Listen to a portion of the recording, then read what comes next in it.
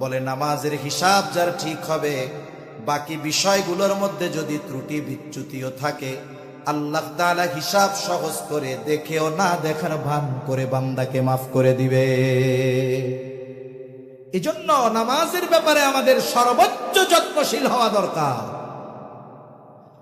তাহলে রিজিক অন্বেষণ করতে গিয়ে নামাজ বাদ দেয়, এরা হলো বোকা। কারণ যারা মুসল্লি হয়, যারা নামাজি হয়, তাদের রিজিকের জিম্মাদারি যিনি নেন তিনি কে? আরো জবান খুলে বলেন কে? আল্লাহ তাআলা বলেন, ওয়া'মুর আহলাকা বিস-সালাতি ওয়াসতাবির আলাইহা লা নাসআলুকা রিজকা নাহনু নারযুকুকা ওয়াল আকিবাতু লিত-তাকওয়া।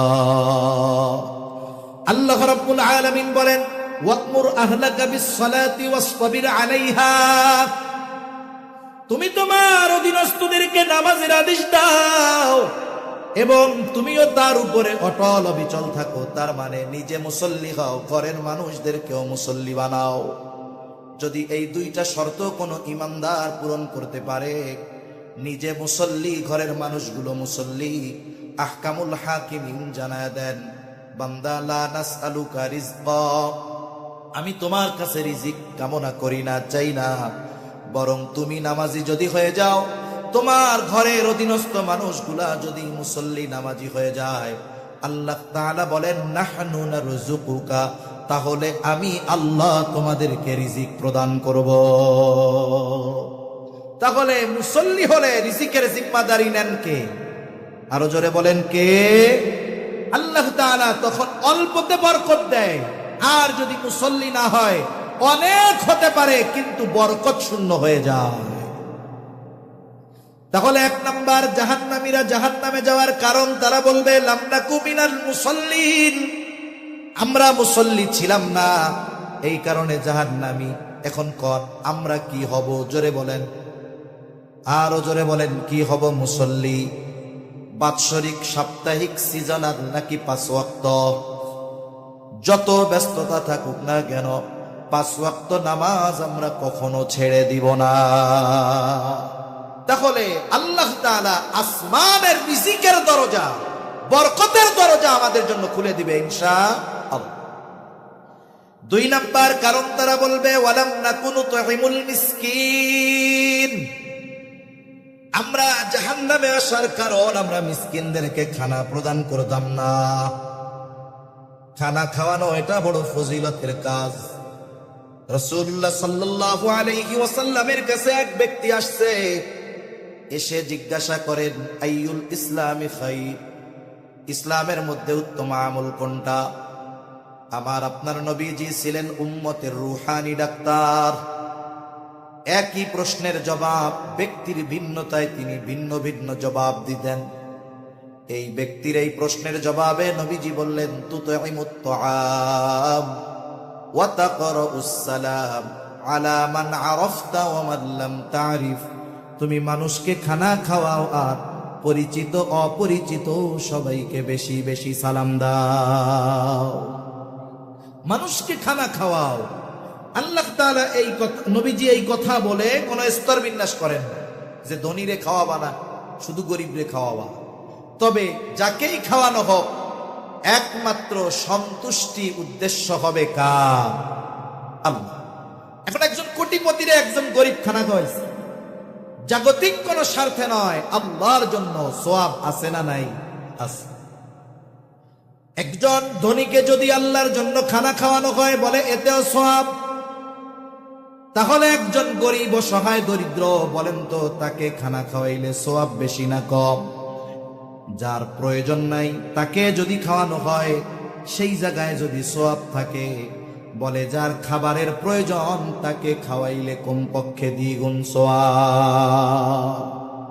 1 নাম্বার খানা খাওয়ানোর সওয়াব, 2 নাম্বার খানাটা ওই ব্যক্তির প্রয়োজন ছিল, প্রয়োজন মেটানোর সওয়াব। রাসূলুল্লাহ সাল্লাল্লাহু আলাইহি ওয়াসাল্লাম বলেন, যেই মুসলমান অপর মুসলমান ভাইয়ের প্রয়োজন মিটায়া দিবে, কোন প্রয়োজন মিটাবে, নবীজি বলেন আল্লাহ তাআলা ওই ব্যক্তির দুনিয়া আখিরাতের প্রয়োজনগুলো মিটায়া দিবে। তাহলে একজন মিসকিনকে যদি খানা খাওয়ানো হয় তাহলে দ্বিগুণ সওয়াব, দুই ধরনের সওয়াব, খানা খাওয়ানোর সওয়াব, প্রয়োজন মেটানোর সওয়াব, সাথে সাথে আল্লাহর পক্ষ থেকে দুনিয়া আখিরাতের প্রয়োজন মেটানোর যেই ফ্যাসিলিটি সেটাও লাভ করা যায়। সুবহানাল্লাহ। এখন যদি কোনো মিসকিন, অসহায়, দরিদ্র আমার আপনার প্রতিবেশী হয়, তাহলে এই ধরনের মানুষকে খানা খাওয়ানো শুধু ফজিলতের আমল এমনটা নয়, বরং প্রতিবেশী যদি অভুক্ত থাকে, প্রতিবেশী যদি মিসকিন হয়, অসহায় হয়, তাহলে ওই অভুক্ত প্রতিবেশীকে খানা খাওয়ানো ঈমানি দায়িত্ব। কারণ রাসূলুল্লাহ সাল্লাল্লাহু আলাইহি ওয়াসাল্লাম বলেন, ওই ব্যক্তি মুমিন নয় যে নিজে পেট ভরে খায় আর তার প্রতিবেশী অভুক্ত থাকে। তাহলে প্রতিবেশী যদি কোনো অভাবী হয়, মিসকিন হয়, খানা খাওয়ানো কয়েকটা বিষয়, একটা হলো তাকে খানা খাওয়ানোর সওয়াব, 2 নাম্বার তার প্রয়োজন মেটানোর সওয়াব, 3 নাম্বার এটা ঈমানের দাবি, 4 নাম্বার প্রতিবেশী হিসাবে সে যে হক পাওনা ছিল, এই প্রতিবেশী অভাবীকে খানা খাওয়ানোর মাধ্যমে তার সাথে সেই হক আদায় করা হয়, সদাচরণের সওয়াব তার আমলনামায় যোগ হয়ে যায়। এজন্য জাহান্নামীরা বলবে, জাহান্নামে আসার আরেক কারণ মিসকিনদের খানা খাওয়াইতাম না। আমরা অসহায়, দরিদ্র প্রতিবেশী যদি কেউ থাকে, খানা খাওয়াবো কারণ ইনশাআল্লাহ। যার এবিলিটি যেমন আছে সে তেমন খাওয়াবে। কিন্তু আফসোস, আমাদের দেশে এই খানা খাওয়ানোর ফজিলতের কথা বলে অনেক সময় 40 4 দিনা বাৎসরিক যেই এগুলো করা হয়, এগুলো করার মাধ্যমে দেখা যায় তেলওয়ালাদের তেল দেওয়া হয়, মিসকিনদেরকে হাড্ডি আর জল দিয়ে চালিয়ে দেওয়া হয়। আপনি খাওয়ান, অসুবিধা নাই, যার খাবারের অভাব নাই তাকে কেন খাওয়ান? মৃত ব্যক্তির নামে খাওয়াবেন, মিসকিন অসহায় যারা তারা। আরেকজন আত্মমর্যাদা সম্পন্ন ব্যক্তি, মৃত ব্যক্তির নামে খানা খাওয়ানো হলে ওই খানায় অংশগ্রহণ করতে পারে। আমরা দেখছি তো গ্রাম অঞ্চলে, ছোটবেলায় দেখছি অনেক নেতা টেতা সম্ভ্রান্ত লোকরা আসছে মরা বাড়ি খাওয়া খাই, সুন্দর মতো এক ডেক্সি ভিতরে নিয়ে গেছে। খাওয়ানো জায়েজ তা না জায়েজ পরে, কিন্তু খাওয়াইয়াও তো আবার শরীর উপরে বাটপাড়ির মতো করা হয়। যারা এই খাবারের মূল হকদার, তারা যদি একটা গোস্তের টুকরার পরে একটু ঝোল চায়, ধমক দিয়ে বসায় দেবে। ঠিক কিনা বলেন? এটা কোন ধরনের সোয়াবের খাওয়ানো হইল? এজন্য খানা আপনি খাওয়ান, জায়গা মতো খাওয়ান, যেখানে খাওয়ালে উপকার হবে, সওয়াব হবে, কাজে লাগবে। তাহলে জাহান্নামীরা তাদের জাহান্নামে যাওয়ার দ্বিতীয় কারণ বলবে, ওয়ালাম নাকু নুতঈমুল মিসকিন, আমরা মিসকিনদেরকে খানা খাওয়াইতাম না, এই জন্য জাহান্নামে। তাহলে আমরা কি করব? মিসকিনদের খানা খাওয়াবো। 3 নাম্বার, ওয়া কুন্না নাখুদু মাআল খাইদিন, অনর্থক অহেতুক তর্কে মজলিসে যারা লিপ্ত থাকতো, আমরা তাদের সাথে মিলে ওই বিতর্কে অংশগ্রহণ করতাম, অহেতুক মজলিস গুলায় সময় দিতাম। আমাদের দেশে সবচাইতে বড় অহেতুক মজলিসের জায়গা হলো চায়ের দোকান।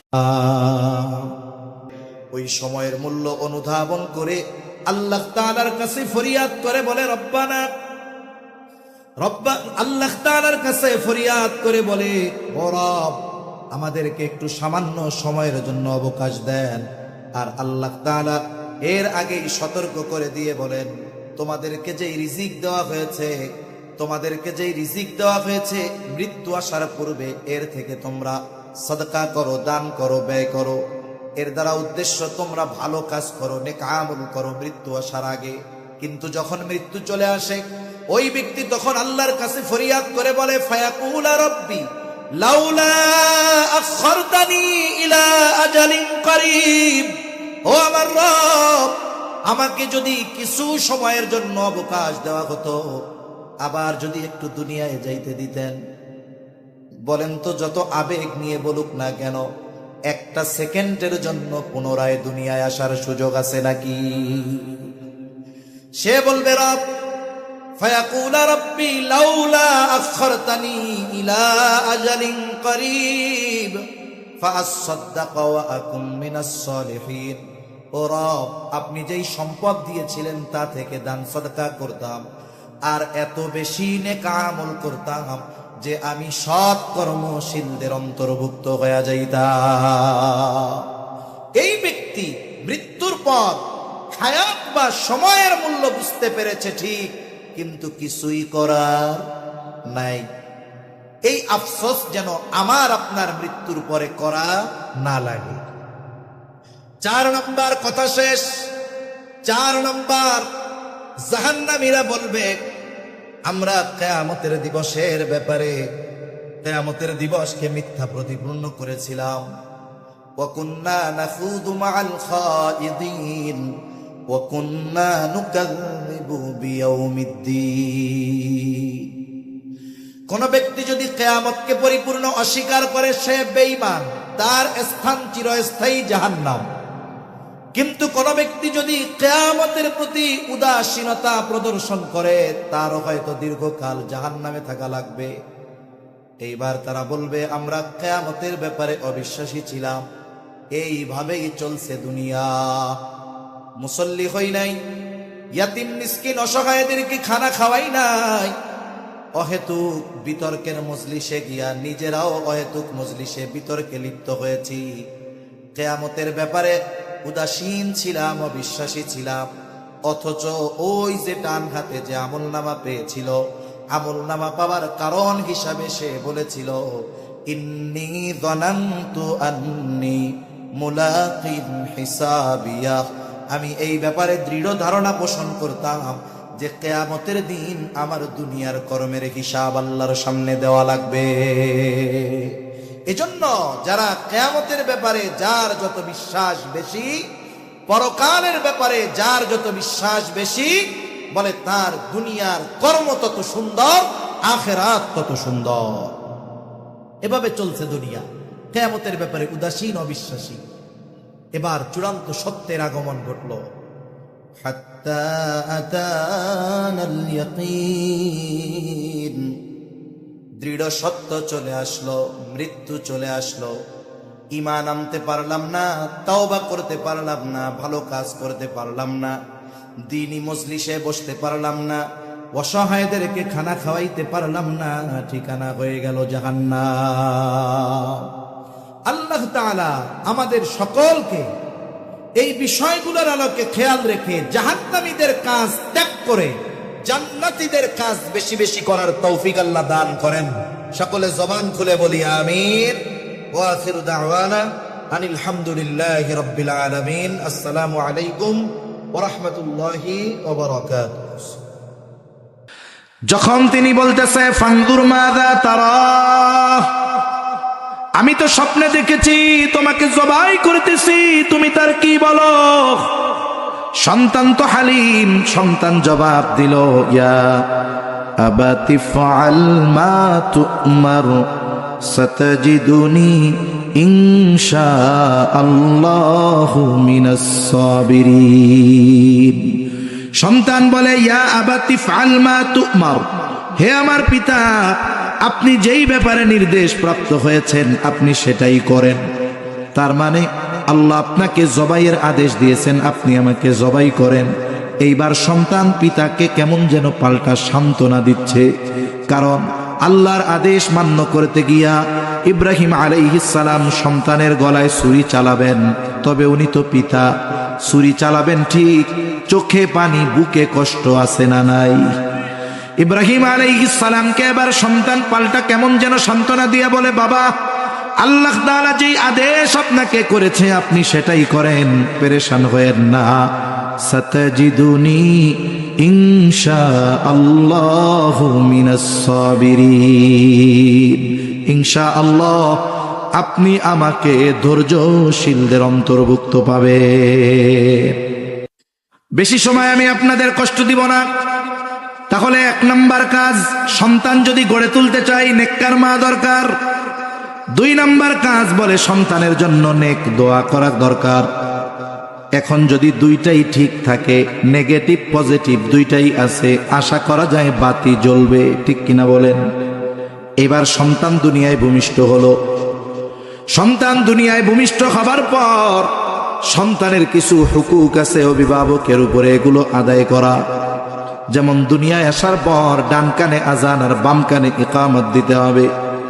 এখনো অনেক অভিভাবক এই বিষয়টা বোঝে না, মনে করে মহিলা মানুষ কানে যদি আজান ইকামতের শব্দগুলো বলে হবে না। আবার অনেক মানুষ মনে করে সন্তান হইছে, আজানটা মনে হয় মসজিদের মাইকে দিতে হবে। অথচ বিষয়টা এমন নয়। সন্তান ভূমিষ্ঠ হবার পর ওই জায়গায় যদি পুরুষ নাও থাকে, নারীরা নিচু আওয়াজে ওই সন্তানের ডান কানে আজান, বাম কানে ইকামতের শব্দগুলো উচ্চারণ করবে। বুজুর্গানে দিন বলেন, এর দ্বারা বিষয়টা হলো এই দুনিয়ার আসার আগে মায়ের পেটে একটা জগতে এসেছিল। সে যখন এই দুনিয়ার জগতে আসলো, আলমে দুনিয়ায় আসলো, দুনিয়ার কোনো খারাপ আওয়াজ তার কানে যাওয়ার আগে আল্লাহর একত্ববাদ আর বড়ত্বের আওয়াজ তার কানে পৌঁছায়া গেল। 2 নাম্বার কাজ, সপ্তম দিন মাথার চুলগুলা মুন্ডায় দিবে। যদি ডাক্তারি কোনো অসুবিধা না থাকে, কারণ এখন অনেক বাচ্চার এমন হয় ভূমিষ্ঠ হবার পর মাথার উপরটা অনেক নরম থাকে, ডাক্তার হাত দিতেও মানা করে, তাহলে যেই দিন কাটা যাবে ওই দিন কেটে দিবে। যদি স্বাভাবিকভাবে সম্ভব হয় সপ্তম দিন চুল কাটবে। চুলের ওজন অনুযায়ী স্বর্ণরূপ্য অথবা উভয়টার যে কোনো একটার মূল্য সদকা করে দিবে। সপ্তম দিন আর একটা কাজ, আকিকা। যদি ছেলে হয় 2টা ছাগল দিয়ে আকিকা করবে, যদি মেয়ে হয় 1টা দিয়ে করবে। প্রথম সপ্তাহে পারলো না, দ্বিতীয় সপ্তাহে করবে। দ্বিতীয় সপ্তাহে পারলো না, তৃতীয় সপ্তাহ 21তম দিনে করবে। ছেলে হয়েছে, 2টো ছাগল দিয়ে আকিকা দেওয়ার সামর্থ্য নাই, 1টা দিয়ে সময় মতো আদায় করবে। কিন্তু আফসোস, অনেক অভিভাবক সামর্থ্য থাকার পরেও ইচ্ছা করে আকিকার ব্যাপারে বিলম্ব করে। সপ্তম দিন আর একটা কাজ, যে তার সুন্দর একটা নাম রাখতে হবে। নামটা যেন তার ধর্মীয় পরিচয় বহন করে। কিন্তু আফসোসের বিষয়, আমাদের ধর্মীয় পরিচয় বহন করে এমন নামটা আমরা লুকায় রাখি, যদি চুরি হয়ে যায়। 4টি গুরুত্বপূর্ণ কাজ সন্তান একটু বড় হবার পর। 1 নাম্বার, অবশ্যই তাকে ঈমান আকীদা শেখাতে হবে। 2 নাম্বার, তাকে আখলাক শেখাতে হবে। উত্তম চরিত্র গঠনের জন্য উত্তম আখলাকের আলোকে গড়ে তুলতে হবে। 3 নাম্বার, তাকে ইলম শেখাতে হবে। 4 নাম্বার, তাকে আমল শেখাতে হবে।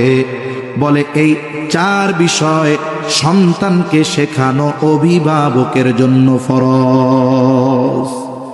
একটু শুরুর দিকে আমাদের যেতে হবে। ওই যে আল্লাহর আদেশ, হে ইমানদার, নিজে জাহান্নাম থেকে বাঁচো, অধীনস্থদের বাঁচাও। আমি বাঁচবো কেমনে?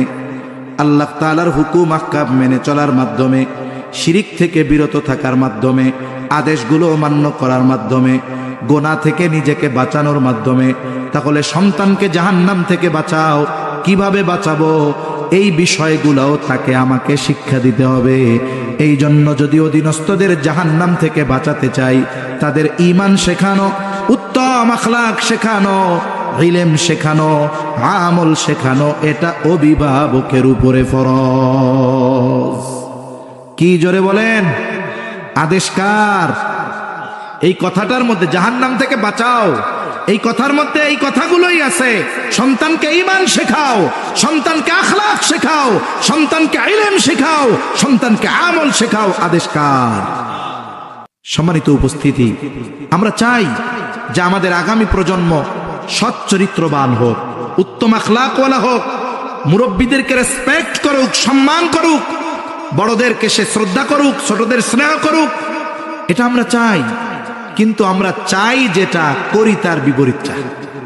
আমরা আমাদের সন্তানদের ভালো বানাতে চাই, কিন্তু ভালো বানানোর জন্য তার যে শিক্ষা প্রয়োজন, কারণ এই শিক্ষার মাধ্যমেই তার ভবিষ্যতের ভিত বুনিয়াদ করা হবে, এই বিষয়টায় আমরা খুব গাফেল, উদাসীন। এজন্য আপনাদের কাছে অনুরোধ থাকবে, আমরা আমাদের সন্তানদেরকে দুনিয়া আখেরাতের সম্পদে পরিণত করতে চাই। আমাদের সন্তানদের কারণে আমরা দুনিয়ায় লাঞ্ছিত হতে চাই না, সন্তানদের কারণে আখেরাতে লাঞ্ছিত হতে চাই না।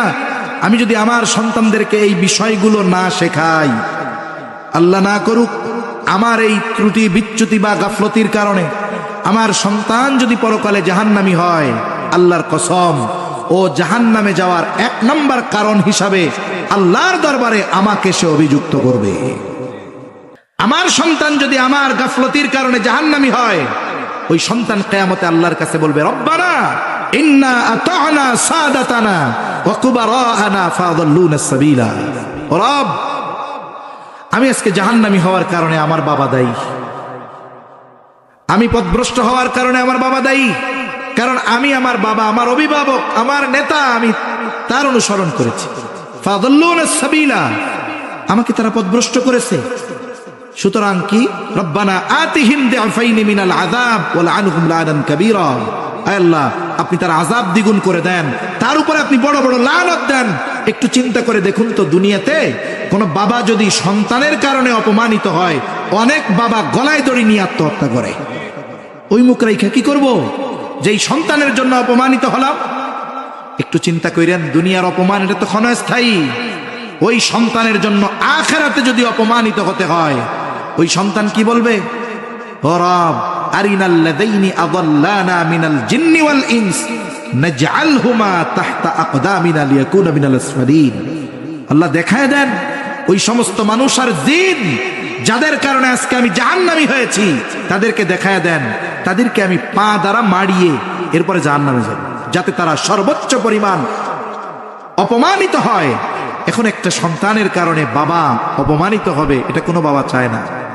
এজন্য এই দুনিয়াতে সন্তান বা অধীনস্থদের জাহান্নাম থেকে বাঁচানোর ওই চেষ্টায় যদি আমরা ত্রুটি রাখি, ঈমান শেখানোর ব্যবস্থা যদি না করি, আখলাক শেখানোর ব্যবস্থা যদি না করি, ইলম শেখানোর ব্যবস্থা যদি না করি, আমল শেখানোর ব্যবস্থা যদি না করি, আল্লাহ না করুন, ওই সন্তানের কারণে হয়তো কিয়ামতের দিন অনেক আলেম আটকে যাবে, অনেক হাজী সাহেব আটকে যাবে, অনেক তাহাজ্জুদ গুজারি আটকে যাবে। এমনটা যেন না হয়, এই জন্য সন্তানদের ব্যাপারে এই বিষয়গুলোর দায়িত্ব পালন করার দরকার আছে না নাই? আল্লাহ সুবহানাহু ওয়া তাআলা আমাদের সকলকে, আমাদের সহ আমাদের অধীনস্থদেরকেও জাহান্নাম থেকে বাঁচানোর জন্য যেই দায়িত্বগুলো শরীয়তে ইসলাম দিয়েছে, যথাযথভাবে পালন করার তৌফিক আল্লাহ তাআলা দান করেন। সকলে জবান খুলে বলি আমিন, আরো জোরে বলি আমিন। ওয়া আখিরু দাওয়ানা আনিল হামদুলিল্লাহি রাব্বিল আলামিন। আসসালামু আলাইকুম ওয়া রাহমাতুল্লাহি ওয়া বারাকাতুহু। অনেক মানুষ আছে আল্লাহর কাছে ছেলে চায়, কিন্তু আল্লাহ খালি মেয়ে দেয়। একটা দুইটা মেয়ে হলে আর চেহারার দিকে তাকানো যায় না। দুনিয়ার বিজ্ঞান যা বলে বলুক, এই কারণে ছেলে হয়, ওই কারণে মেয়ে হয়, সব কারণ বাদ দেন। ছেলে মেয়ে হওয়ার মূল কারণ হলো আল্লাহর ফয়সালা।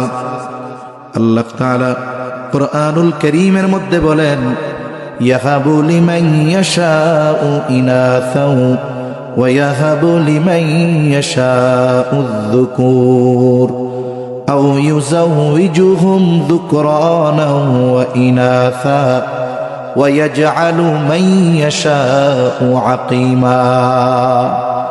আল্লাহ রাব্বুল আলামিন বলেন, তিনি যাকে চান তাকে মেয়ে দেন, তিনি যাকে চান তাকে ছেলে দেন, তিনি যাকে চান তাকে উভয়টাই দেন। আবার তিনি যাকে চান তাকে কোনো কিছুই দেন না, বন্দা বানায় রাখেন। তাহলে বলুন তো, আমি আপনি যতই যা কামনা করি না কেন, ছেলে হবে নাকি মেয়ে হবে, এটা দেওয়ার নিয়ন্ত্রণ যার হাতে, তিনি কে? অথচ এই কন্যা সন্তান হওয়া এটা পিতার জন্য সুসংবাদ। কারণ জাহেলিয়াতের সময় যখন মানুষদেরকে কন্যা সন্তানের সংবাদ দেওয়া হতো, মুখটা কালা হয়ে যাইত। আল্লাহ রাব্বুল আলামিন কুরআনুল কারীমের মধ্যে বলেন, وَإِذَا بُشِّرَ أَحَدُهُمْ بِالْأُنثَى ظَلَّ وَجْهُهُ مُسْوَدًّا وَهُوَ كَظِيمٌ।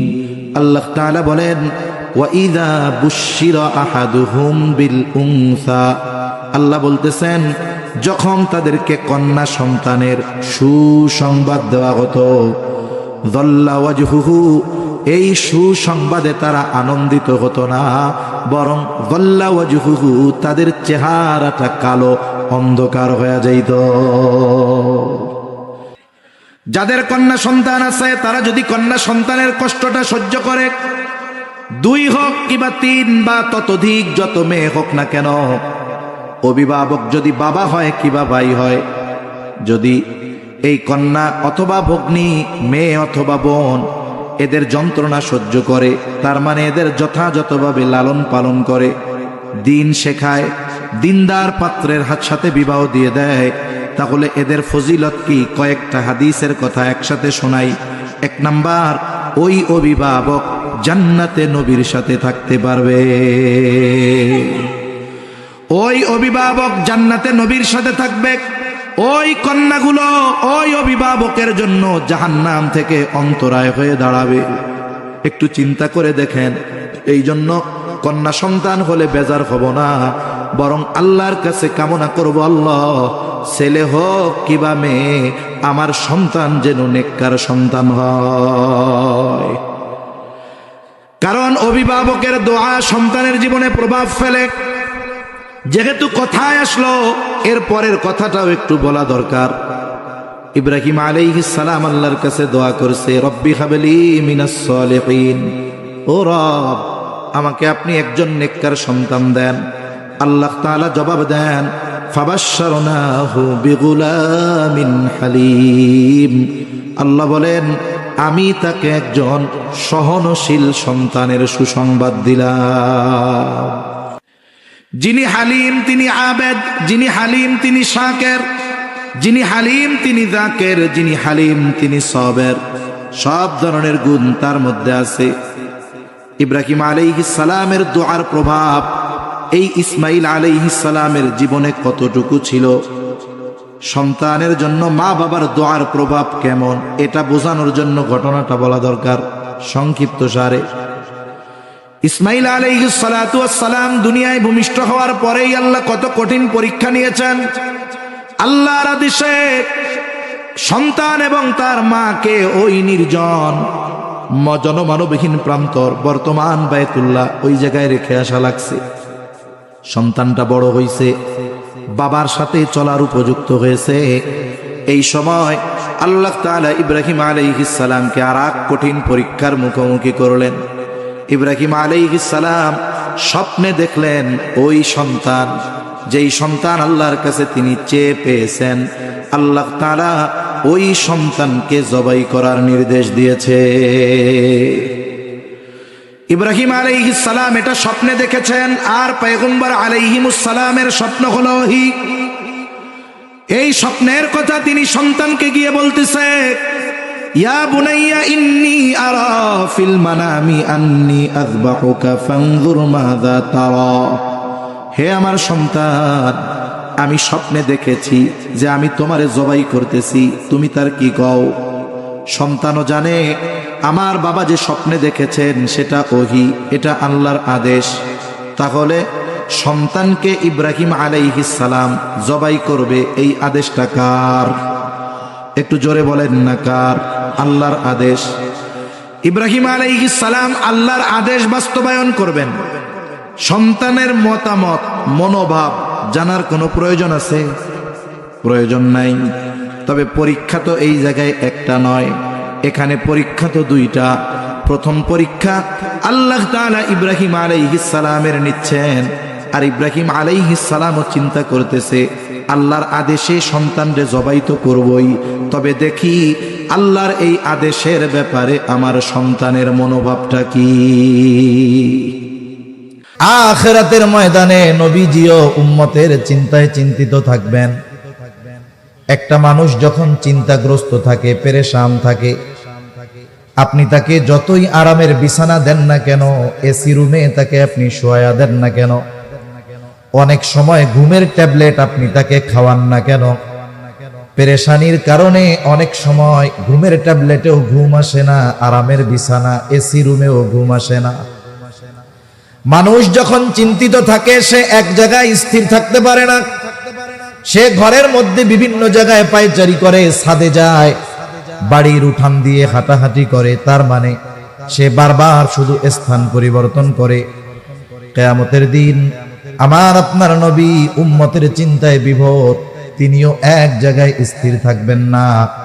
নবীজি একবার চলে যাবেন হাউজে কাউসারের কাছে, না জানি তার কোনো উম্মত পানি পানে মাহরুম হয়ে যায়।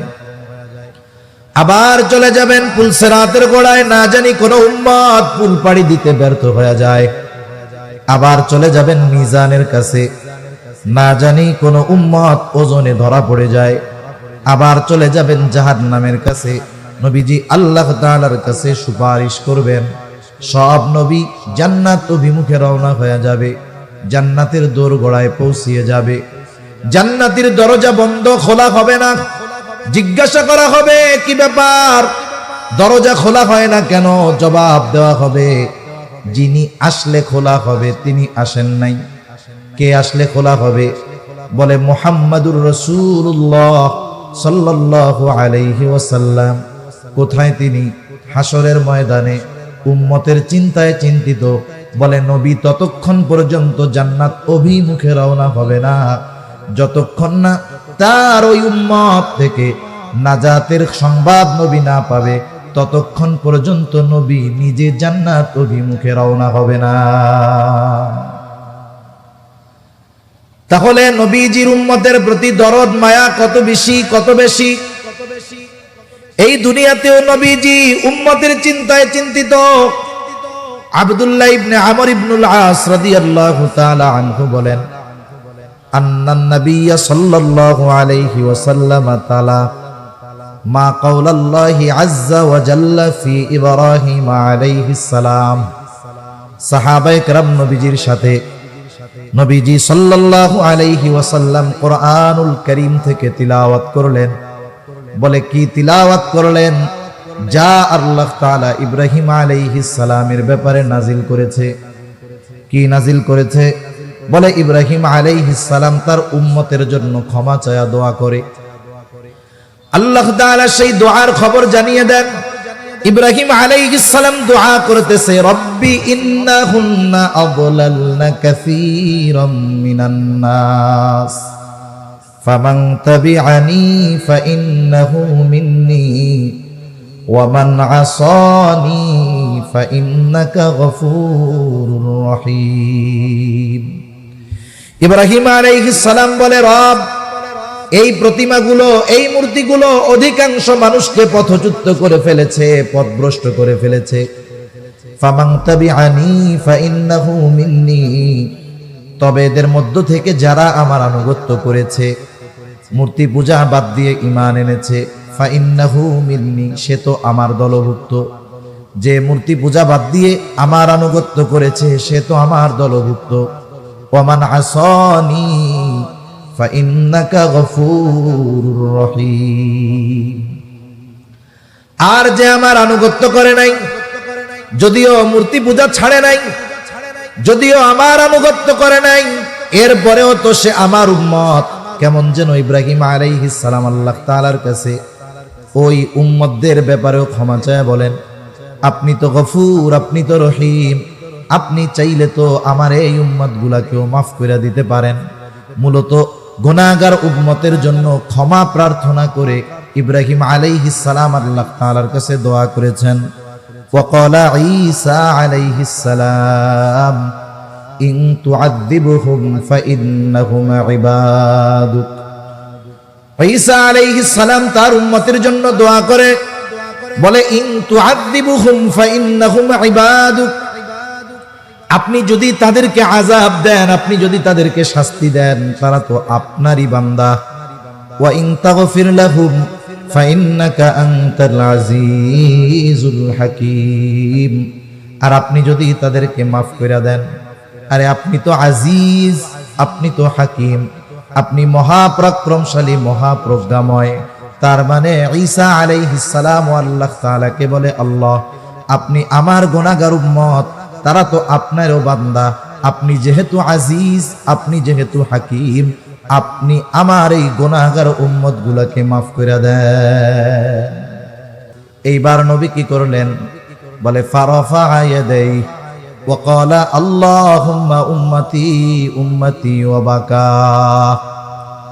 নবীজি সাল্লাল্লাহু আলাইহি ওয়াসাল্লাম দুই হাত উঁচু করে কান্না করে, অঝোর ধারায় চোখ দিয়ে পানি পড়তেছে, আর বলে, আল্লাহ, আমার উম্মত, আমার উম্মত। আর কিছুই বলেন না।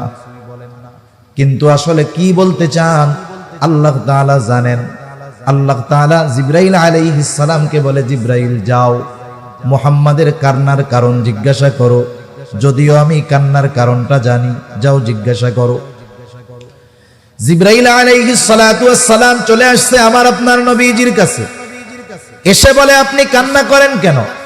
যদিও আপনার কান্নার কারণ আল্লাহ তাআলা জানে, এরপরেও আপনার কাছে জানতে চায়।